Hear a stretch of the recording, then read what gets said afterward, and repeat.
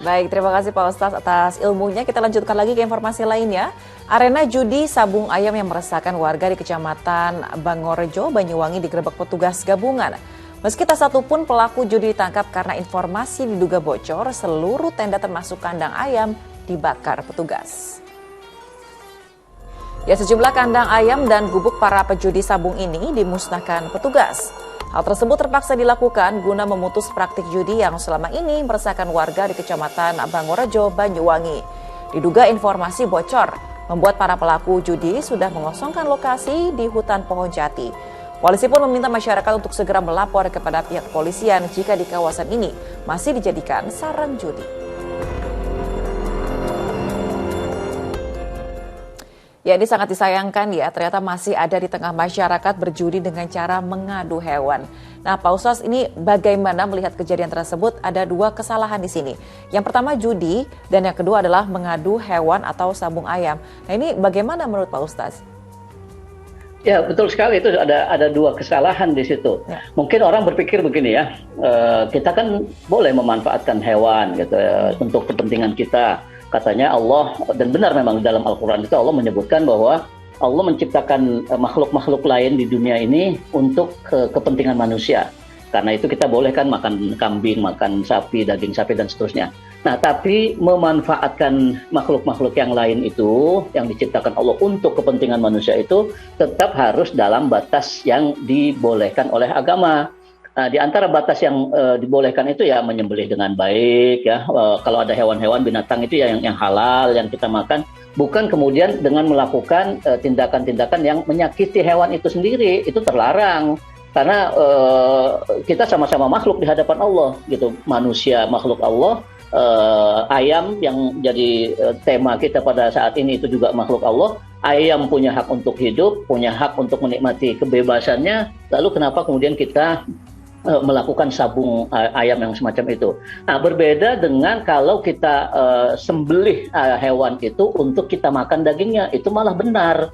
Walaupun mungkin menurut sebagian terutama orang-orang di barat itu sering mempertanyakan, kenapa kalian menyembelih gitu dengan cara dipotong semacam itu, kejam. Ini bukan soal kejamnya, soal beda pandangan saya kira ya. Kita diperintahkan untuk memanfaatkan daging hewan itu karena memang untuk kepentingan kita sendiri, proteinnya tinggi ya, sehingga membuat badan kita sehat. Karena sehat lalu kita bisa beribadah lebih baik, kita bisa berpikir lebih jernih dan seterusnya. Itu boleh, bahkan dalam batas-batas yang lain dianjurkan atau diperintahkan. Kita ingat umpamanya sebentar lagi ini ada Idul Adha, itu kita dianjurkan untuk menyembelih sapi, menyembelih kambing. Itu bukan sebuah kekejaman, tapi salah satu bentuk memanfaatkan hewan yang memang diperuntukkan bagi manusia itu dengan cara yang dibenarkan oleh Allah. Nah, tapi memanfaatkan hewan dengan cara mengadu ayam, ada di tempat lain itu mengadu banteng atau kerbau, dan lain-lain, yang itu nanti ujungnya adalah menyakiti hewan itu sendiri, itu jelas terlarang, gitu. Jelas terlarang, jadi jangan sampai kita melakukan itu. Nah, dalam kasus yang ini betul sekali ada dua. Satu soal judinya, itu sudah haram. Kita memanfaatkan hewan, dianya menjadi babak belur, ya, dua-dua hewan itu kan menjadi babak belur, berdarah-darah, tapi kita yang mengambil keuntungan, gitu. Memang mungkin ada yang mengatakan, kan nanti setelah sabung itu kami beri makan yang sehat lagi, kami rawat lagi. Tapi tetap saja yang namanya mengadu semacam itu, membuat hewan-hewan terluka dengan sengaja, dan kita mengambil keuntungan dari situ, itu adalah perbuatan yang tidak dibenarkan dalam Islam, karena mengganggu atau menyakiti makhluk lain. Kita sama-sama makhluk Allah. Jadi dari sisi itunya, benar sekali apa yang sudah dilakukan oleh aparat itu ya, memberantas upaya hal-hal yang semacam ini. Begitu saya kira, Kak Wanda. Ya, pertanyaan selanjutnya Pak Ustaz, ini kemudian bagaimana cara seorang penjudi yang ingin membersihkan hartanya atau taubat dari dosa judi tersebut? Apakah kemudian hartanya diserahkan kepada yang membutuhkan atau bagaimana sebaiknya Pak Ustaz?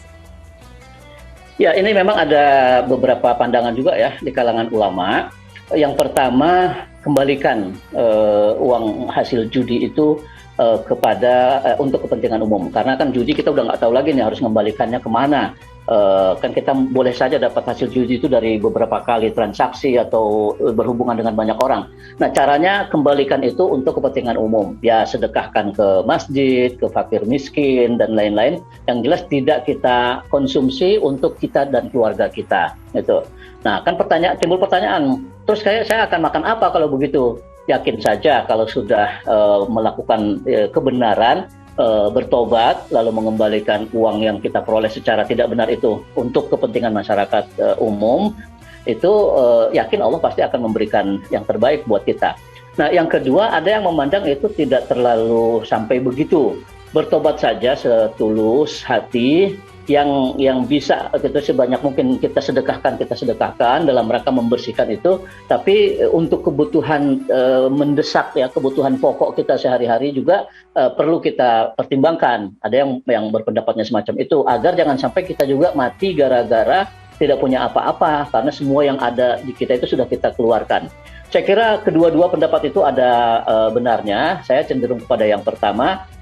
Saya ingat ada cerita nyata ini, orang di Arab Saudi pernah, asalnya orang Kuwait gitu ya, tapi bolak-balik Kuwait Saudi, dia pernah mengkonsumsi minuman keras dan ya transaksi-transaksi yang haram lah, sehingga punya uang sampai miliaran rupiah kalau dirupiahkan. Nah, suatu ketika dia sadar bertemu dengan orang baik bahwa perbuatannya itu salah dan seterusnya. Dia lalu ingin bertobat. Nah, itu diantar ke Arab Saudi, ketemu imam di Arab Saudi, dan imam itu menyatakan, infakkan, sedekahkan semua harta yang kamu peroleh dengan cara yang haram itu.